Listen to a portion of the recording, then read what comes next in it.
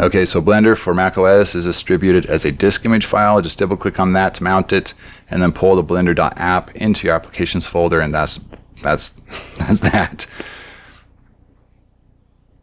There's a little tip here for how to make a portable installation. If you want to read that really quick and do that, go for it. I don't think most people are going to be interested in that. Updating on macOS. Updating with a disk image. You just download it from the site again, mount it, and all you're going to do is drag the new blender.app over into your applications directory, and it'll just override it.